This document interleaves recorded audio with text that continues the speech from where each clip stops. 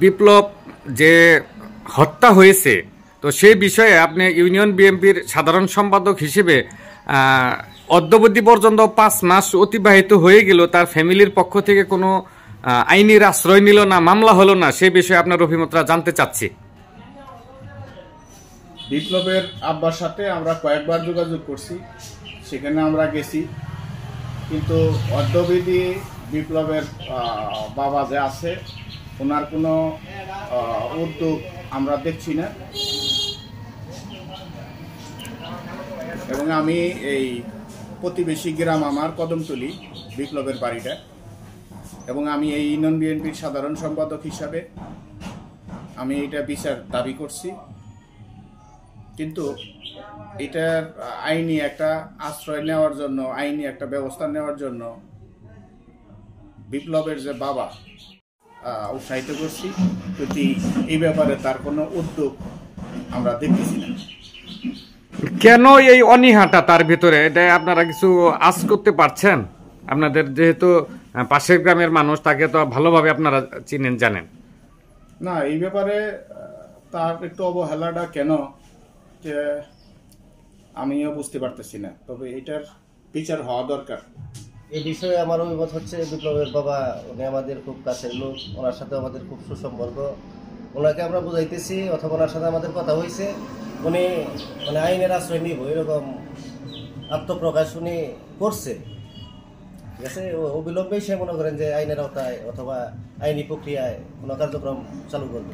দীর্ঘ 5 মাস অতিবাহিত হয়ে গেছে, এখন পর্যন্ত কেন সে আইনের আশ্রয় নিল না? কারণটা কি? তার একটা ছেলেই তো, ওনার আসলে আর কোনো ছেলে নাই, একটা ছেলে সন্তানই ছিল।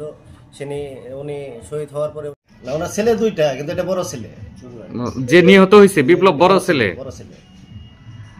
আচ্ছা, আইনের আশ্রয় নেওয়াটা তার জন্য কি আসলে অবশ্যই তো ভালো, তাই না? অবশ্যই ভালো, আমরাও চাই সে আইনের আশ্রয় নেই, এই হত্যাকারীদের বিচার হোক, এটা আমরাও চাই।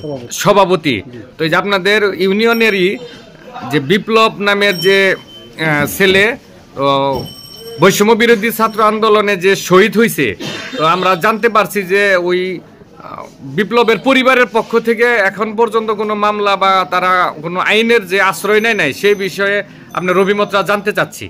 আপনাকে ধন্যবাদ। আমি বৈষম্য বিরোধী ছাত্র আন্দোলনের যারা শহীদ হয়েছে, যাদের রক্তের বিনিময়ে বাংলাদেশ দ্বিতীয়বার আবার স্বাধীনতা পেয়েছে, আমি তাদের রুহের মাগফিরাত কামনা করছি। আসলে আমাদের বীরতারান একটি আওয়ামী লীগপন্থী লোক। এই এলাকার আমরা যারা বিএনপি করি, বিভিন্ন লোকজন আছে, তারা দীর্ঘদিন নির্যাতিত, নিবেদিত।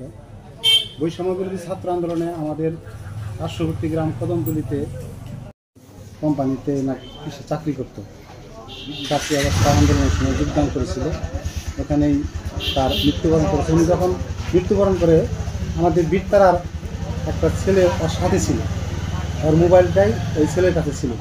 তখন আমার দোকানে ফোন আসছিল যে ছেলেটা মারা গেছে। পরে শুনলাম যে বিপ্লব পিতা আব্দুল খালিক।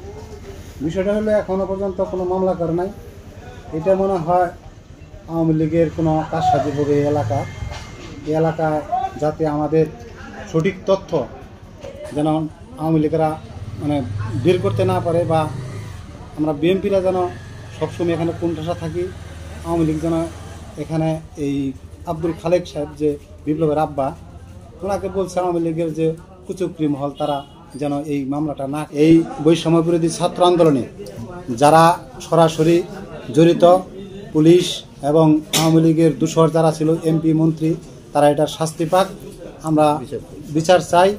এমনকি আমাদের নেতা আলহাজ স্বপন ফকির সাহেব এখানে আমরা সশরীরে আসছিল, আমরা তার কবর জিয়ারত করছি, উনি আর্থিক অনুদানে সাহায্য করছে। আমরা বিপ্লবের বাবার সাথে আমার বেশ ভালো পরিচিত, আমি তাদেরকে বলছি যে তোমরা মামলা দায়ের করো, কিন্তু ওনারা এখন মামলা কেন করে নাই এবং কার ষড়যন্ত্রে বা কার কুচক্রী মহলের চক্রান্তের কারণে মামলা করে নাই উনি ভালো বলতে পারবেন। আমি এই বৈষম্য বিরোধী ছাত্র আন্দোলনের অনেক নিরীহ প্রাণ, তাজা প্রাণ, বিপ্লবের বয়স 16 থেকে 17 হবে এরকম ছেলেটা, অনেক তাজা প্রাণ এই দেশে হত্যা হয়েছে এই বৈষম্য বিরোধী ছাত্র আন্দোলনে। আমরা এই সকল হত্যা সুষ্ঠু তদন্ত এবং সুষ্ঠু বিচার চাই। তার কারণ বাংলাদেশে এই দূষর আওয়ামী লীগ যে অন্যায় অত্যাচার করেছে, আমরা তার বিচার বারবার দাবি করছি। আমরা তার বিচার চাই। সকল মন্ত্রী এমপি যেন যার হুকুমের মাধ্যমে যে সমস্ত পুলিশ ওই বিপ্লব বড়ুয়া, এমনকি ওই ওসি প্রদীপ এবং ওসি হারুন, এদের মতো যে পুলিশগুলো ছিল তাদেরও সকলের আমরা বিচারের দাবি জানাচ্ছি। সম্মানিত সভাপতি, 5ই আগস্ট যে বৈষম্য আন্দোলন ঘটেছিল, সেই বৈষম্য আন্দোলনে আমাদের পার্শ্ববর্তী গ্রাম কদমতলীর বিপ্লব একটা ছেলে, পিতার নাম আব্দুল খালেক, 14 থেকে 15 বছর বয়সের ছেলে, সেই আন্দোলনে অংশগ্রহণ করেছিল এবং তৎকালীন পুলিশের গুলিতে এবং আওয়ামী লীগের সন্ত্রাসীর গুলিতে তিনি প্রাণ হারায়। আমরা সবাই জানতে পারি, আমরা সেই জানাজার আমরা উপস্থিত ছিলাম। কিন্তু আমাদের কথা হলো যে 5 মাস হয়ে যায়, এখন পর্যন্ত বিপ্লবের বাপ তাদের অভিভাবক কোনো মামলা দাখিল করে নাই, কোনো বাদী হয় না। তার কারণ আমার মনে হয় যে আওয়ামী লীগের বিভিন্ন নেতৃবৃন্দ তাদেরকে জ্ঞান দিছে যে আমরা আগামীতে আবার ক্ষমতায় আসতেছি, তোমার অসুবিধা এরকম ধুমকি কারণে হয়তো বাদী হয় নাই। আমরা এলাকার পক্ষ থেকে, আমি এলাকার একজন মুরব্বী হিসাবে, বিএনপির সভাপতি হিসাবে আমি সরকারের কাছে আমি এর কঠিন বিচার চাই এবং বিপ্লবের জন্য সুন্দর একটা বিচার পাই এবং আমরা যেন সেই বিচারটা দেখতে পাই। আপনাদের সাংবাদিক ভাইদের কাছে দাবি যে আমরা বিপ্লবের সঠিক বিচার চাই এবং সর্বত্র বিচার চাই। আমরা তার আসামিদেরকে যারা হত্যা করছে তাদের আমরা ফাঁসি চাই। বাবার নাম? গ্রাম? আচ্ছা, আমি জানতে পারলাম যে 5 তারিখের যে আন্দোলনে আপনার ছেলে শহীদ হয়েছে, কথা সত্য? সত্য। আচ্ছা, এ ব্যাপারে আপনি কি আদালতে বা থানায় কোনো জায়গায় কোনো অভিযোগ বা কোনো মামলা দায়ের করছেন? না, মামলা দায়ের করিনি। আচ্ছা, এই ব্যাপারে কি আপনি আইনগত আশ্রয় নিবেন? আচ্ছা, তো এখন সর্বশেষ প্রশাসনের কাছে, দেশবাসীর কাছে, আইন প্রয়োগকারীর কাছে আপনাদের দাবি কি? দাবি আমার ছেলে হত্যা করছে, তার বিচার চাই। আমার নাম মোসাম্মদ বিলকিস। আচ্ছা, আপনার হাজবেন্ডের নাম কি? আব্দুল খালেক। এই গ্রামের নাম কি? কদমতলী। আচ্ছা, আমরা জানতে পারছি যে 5 তারিখের আন্দোলনে আপনার কলিজার টুকরা শহীদ হয়েছে। আচ্ছা, এ ব্যাপারে আপনারা কোথাও কোনো মামলা মোকদ্দমা কোনো অভিযোগ করছেন? না। আচ্ছা, এখন এ ব্যাপারে মোটামুটি অনেক দিন হয়ে গেল, আপনারা আইনগত আশ্রয় নেবেন কি?